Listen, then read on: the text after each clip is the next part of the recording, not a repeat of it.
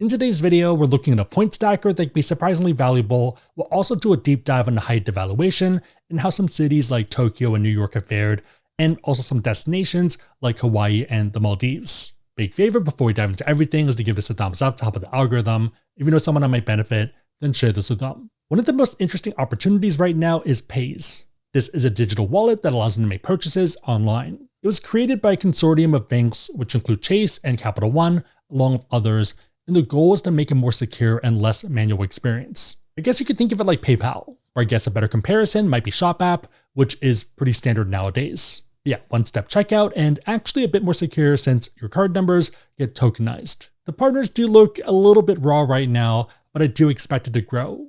Taking a look at their list, for me personally, Newegg is interesting, and then on page 2, maybe United or Sephora are worth looking into. So Paze by itself is its own thing, and right now they also have promo codes and discounts, so let's say 30% off some partners like Fanatics. Beyond the product itself, Chase also has offers. You can earn 10x additional points back per dollar spent on up to $1,500 per month when checking out with Paze at participating merchants. You should see this on their core personal cards like the Chase Freedom Flex and Chase Sapphire Reserve. This runs through December 31st, 2026, so pretty strong offer, especially if they keep expanding their partner list. United and one of their travel cards is a pretty obvious use case.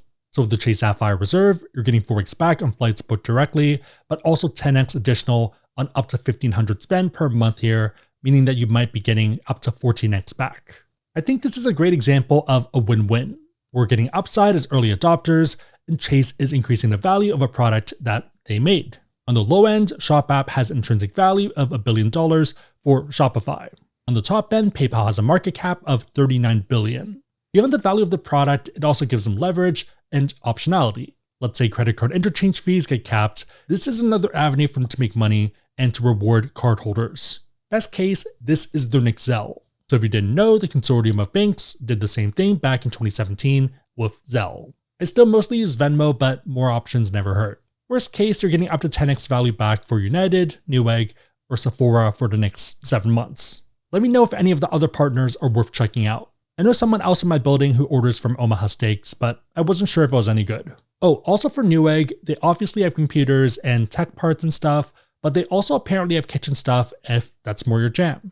They also have partner stores on there, so more options than you might think. Let me know how you're using Paze, if at all. Even better is you can stack Paze with online shopping portals. This gets pretty crazy. So for example, if Rakuten, they have Sephora at 8x or 2x depending on the brand, let's say 8x. The up to 10x is value on top. If you're new to Rakuten, it's a cashback portal, so click through them and get cash back or points back. For example, 8x on Booking.com, 4x on StubHub, 6x on Best Buy, and LG is at 10x, which is pretty insane. Reminder to turn off ad block for it to work, but otherwise pretty solid. If you travel a lot and need to work, I consider a portable monitor, and LG makes a pretty good one. I bought this a few months ago, and it's been a game changer of a device. Probably the best $280 I've spent given the productivity boost. If you are new to Rakuten, you can get $50 when you spend $50 or get it as 5,000 points, which is pretty awesome. AskSebby.com/Rakuten if you want to check it out, and it's one of my favorite stacking tools. Next up, let's talk about the Hyatt Devaluation. It's not as bad as a lot of us were worried about. We'll cover a few examples, but you still probably want to book ASAP. As a reminder, this is one of the best use cases of Chase points. The idea is that you're transferring your Chase points to Hyatt to redeem strategically. On the personal side, the 2 cards that open up this door are the Chase Sapphire Preferred card and the Chase Sapphire Reserve. The rationale being that you can get more value, my target being 2 cents per point. So 100,000 Chase points might be 1,000 in cash back, but 100,000 Chase points could also be 100,000 Hyatt points, and at 2 cents per point, that's 2,000 in travel value as a target. Let's do a live example. We just booked 5 nights for the Hyatt House Tokyo Shibuya. We booked it as 5 one-night stays just because our travel is a bit more fluid. Non-zero chance that we cancel 1 or 2 of those nights. Each of the nights is going to be 20k points, and that was the all-in rate on my end, so no additional taxes or fees.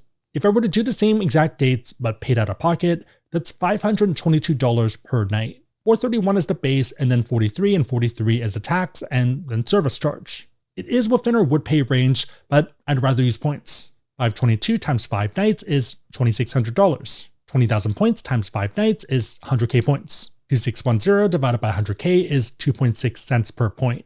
That's great value in my book for a hotel that we've stayed at in the past and happy to go back to, given the location. Also the fact that it's a good laundry stop mid-Japan trip, since they have washers and dryers in the rooms. This is in each of the rooms and makes it a great pit stop. On a side note, if you want to learn about cards to get points, we have links on the website AskSebby.com and also down below in the description box. Make sure the links are competitive, that they make sense for you, but otherwise it's a huge way to support the channel, so thank you in advance. Another great option is the Hyatt Centric in Ginza, Tokyo. So Ginza is one of the main shopping areas. Think of it like the 5th Ave of New York, and you're technically on Watch Street. You're also next to a lot of watch stores. You're in the same building as a Rolex boutique, and then across the street from an Omega and a Jaeger-LeCoultre, and a few doors down is Grand Seiko. Prices are normally in the 400 to 800 range, depending on the season. For August, you're looking at 25k to 30k points per night, which is about 2 cents per point, which isn't bad at all. If you're not a fan of the heat or you're mixing in a food or skiing trip, then January can be pretty good value as well at 25k a night. Okay, but what if you're looking to book a Park Hyatt? Taking a look at the one in New York, there's great availability in August in the 45k range, and even some dates in the 35k, so a little bit surprising there. The main reason being that summers in New York tend to be at a premium. This can easily run 900 to 1500 per night, so you're looking at 2 to 4 cents per point, which is extraordinary value. This one's still on our list, so let me know if it's worth booking. Oh, also I did send out a newsletter with availability last Friday, just because it's easier to type something out than filming a video. If you want to get updated on deals and availability as it happens, then check out AskSebby.com/newsletter to sign up. One of the big issues with the change was an expansion of the chart upwards. So category 8 before was 35, 40, or 45k points per night. And then with the new chart that's now active, it's 35, 45, 55, 65, and upwards of 75. At least right now, it seems to be okay and not that bad. Continuing with Park Hyatt New York, it feels like they're mostly tracking seasonal pricing and general demand. So for February of next year, it's almost all 35k points per night, which isn't abnormal. January and February tend to be colder and when people don't like to go, but that's also when we like to go. There are some hotels that I think are playing games. One of our favorite surprise hotels to stay in and recommend is Hotel Toronto on Hills in Tokyo, which is right next to the Andaz. Beautiful rooms, cool workspace, and just a cool vibe. They're a category 7 hotel, meaning that lowest should be 25 and then 30 for low, but if you jump to the calendar, it looks very strange. So you're going to see lowest for 43 and then low for 48, and that doesn't really compute. Jumping to September, same thing, you see low at 48k. Pressing into it, the main issue is that this is the base suite price. The thing though is that if we toggle off using points on the top right, we see a lot of rooms. There's 8 different types of rooms that are available for you to pay out of pocket. A lot of these look pretty normal. There's 1 king bed city view with shower, 1 king bed tower view with shower, and 1 king bed shower deluxe. Going back to the calendar now, it reverts to standard rooms, and we see that there's not much space. There's about 4 days that work. So 1, 13, 18, and 25. Clicking to that, we see the base room, which is the 1 king bed with shower.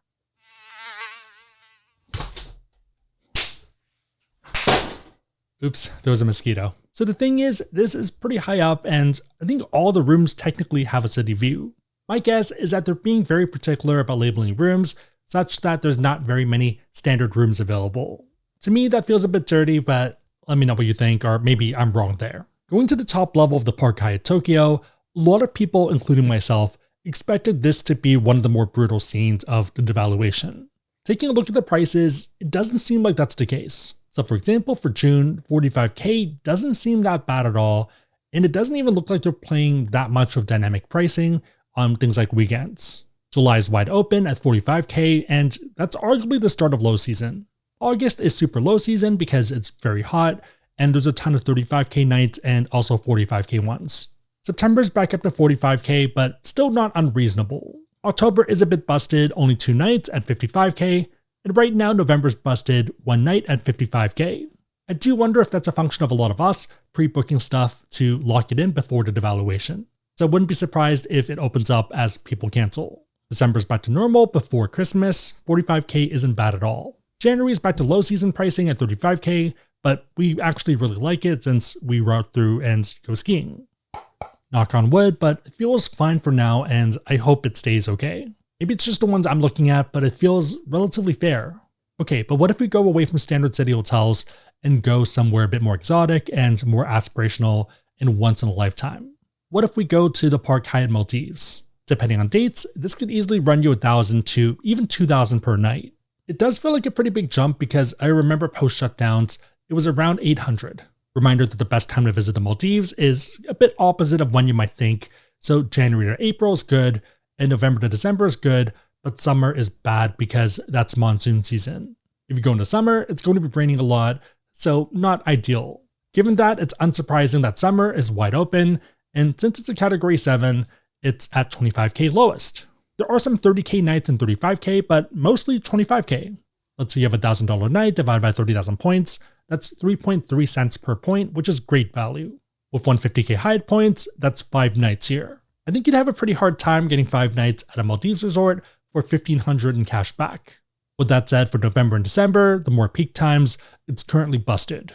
I wouldn't be surprised if space opens up later on as bookings kind of settle down and if it's not at the level that they want it to be. If you're a points person, a lot of the time you're waiting for these dumps. Going into the high season of January, you see 45 and 55K nights. This is a category 7, so they are using the upper and top level, but maybe it's because it's the Maldives, but it doesn't seem unreasonable. One of the benefits of points is that you can be flexible and find other options where there's more space. For example, if the Park Hyatt Maldives doesn't work, then maybe it's the Alila. The price range looks about the same, and apparently there are more overwater rooms, so upgrades become a lot easier, or maybe cheaper if you are paying and you don't have status. I haven't stayed at either one, but I have heard good things about the Alila. Taking a look at October, and this is probably when we would go, you're looking at 35K or maybe even 25K a night. Pretty open availability and easy to patch together a stay. November is a bit tougher, maybe outside of the first week, and then maybe if you wait for the 4th and the 5th to open up. With January, it's the same 55K we saw at the Park Hyatt, but easier to get a week here. Going a bit closer to home, one we're considering for the summer is Alila Napa Valley. We recently checked out Caneras, which is under SLH, Small Luxury Hotels, which is partnered with Hilton, and that was a nice little getaway, and a lot of people also recommended Alila.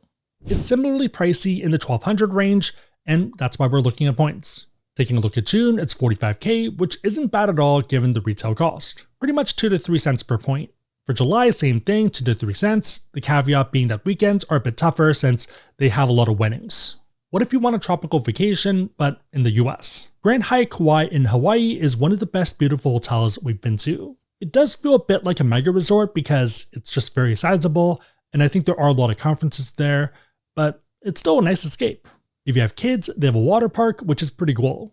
Looking at September, it's a bit spottier, but you can probably patch together a stay if you keep track of it, so 14, 16, and 17, and hope that the 15th opens up, or maybe you pick up the 19th and hope the 18th opens up. Heading into December, there's actually 35K nights too, but this is all before Christmas break. So if you can travel before then, if your work allows you to, then that might make more sense. If you have kids, definitely a lot tougher, but if not, you'd want to travel when other people are not traveling. For low season, you're looking at 700 to 1,000 per night, so about 2 cents per point. Another popular pick for Hawaii is the Andaz Maui. It definitely is a bit different of a stay, more almost of a city vibe, but a lot smaller and pretty fun as well. So the last one's great for families, and I think this one is better for couples and people that are on their honeymoon and just relaxing or anniversaries. Taking a look at July, it's wide open at 45K points per night. I'd probably go in September after everyone else goes because it's less busy and more calm, easier upgrades, and you can actually find 35K nights. The prices here are about the same, so it just depends on the vibe you're going for, whether you want something more walkable and more city or something more inclusive. Main takeaway, this could have been a lot worse, but it might still be worse in the future. It's still off to take your Hyatt trips or book them for the next year or two, and then find the Park Hyatts, Alilas, Andazes that are on your list and go for it. The reason I say this is because Bonvoy kind of did the same thing. They did a change, it didn't seem that bad initially, and then it got progressively worse. Especially given the initial feedback of the Hyatt change, I wouldn't be surprised if they wanted to be a bit less aggressive to get less bad press, at least for the first year or two, that way it's just not as bad. It's easier to do stuffed evaluations when no one's looking, rather than when everyone has their eyes on things. One final note is that I wouldn't purely focus on value, because there are some cool hotels that might not make sense on a points basis, but might still make sense to go to. For example, the Fiji Speedway Hotel, which is part of the Unbound collection. It's a racetrack, a live racetrack with a car museum, and with Mount Fuji as the backdrop. If you're into cars or unique hotels, then this is the hotel for you. You can use points, but in a lot of cases, it's not going to make sense. You're looking at 20k points, maybe 30k points on some nights as a one-night stay. The normal price is $200 a night, so technically 1 cent per point, which is terrible value. It is a very events-driven hotel since it's a speedway, but I've noticed that if you can't find points availability, it's almost always sold out. So for example, I was looking for options for the 25th and 27th dates, and there's no cash rates either. Yeah, this is on my list, but I'm probably not using points. That doesn't mean that it's not good or not worth visiting. Best case, it's a hotel you want to go to or your player 2 wants to go to, and the math works out aggressively in your favor. If the math doesn't work, but you still want to go, then pay out of pocket. If the math does work, but you don't want to go though, and you don't care about the location, then I'd argue that you shouldn't go. I like skiing, so I like going to skiing destinations, which are great use of points because they're otherwise prohibitively expensive. If you don't ski, if you don't like the cold, then it doesn't matter how much value you get because you don't care, it doesn't make you happy. Again, if you want to learn about cards, we have links on the website, AskSebby.com, and also down below in the description box. And if you're curious, all legal affiliate disclosures can also be found below in the description box. If you made it to this point, leave a race car emoji in the comments down below and I'll try to heart it and also respond. 3 question. Number 1, what are your thoughts on Paze and what vendors are you looking at? Number 2, what are your thoughts on Hyatt Devaluation and was it as bad as you thought? Number 3, what Hyatts are you booking or should we book moving forwards? Let me know and everyone else know in the comments down below. Big favorite thumbs up, share this, but otherwise hope you liked it. See you next time.